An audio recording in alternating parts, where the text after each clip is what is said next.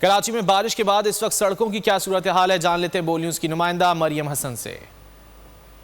دیکھیے بالکل گزشتہ روز سے ہی شہر میں وقفے سے بارش کا سلسلہ جاری ہے۔ گزشتہ 24 گھنٹوں میں سب سے زیادہ بارش سرجانی ٹاؤن میں 36.9 ملی میٹر جو ہے وہ ریکارڈ کی گئی ہے۔ اس وقت ہم لیاقت آباد 10 نمبر کے مقام پر موجود ہیں۔ کیمرامین کامل یوسف اگر مناظر دکھائیں آپ کو تو یہاں پر لیاقت آباد 10 نمبر آگے کی جانب غریب آباد کی جانب جانے والی سڑک جو ہے مکمل طور پر زیر آب آ چکی ہے، جبکہ نیچے انڈر بائی پاسز پر بھی پانی کافی تعداد میں جو ہے وہ موجود ہے، جس کے سبب ٹریفک کی روانگی جو ہے وہ شدید متاثر ہو رہی ہے۔ البتہ متعلقہ ادارے اور ضلعی ادارے کے نمائندگان اس وقت یہاں پر موجود ہیں۔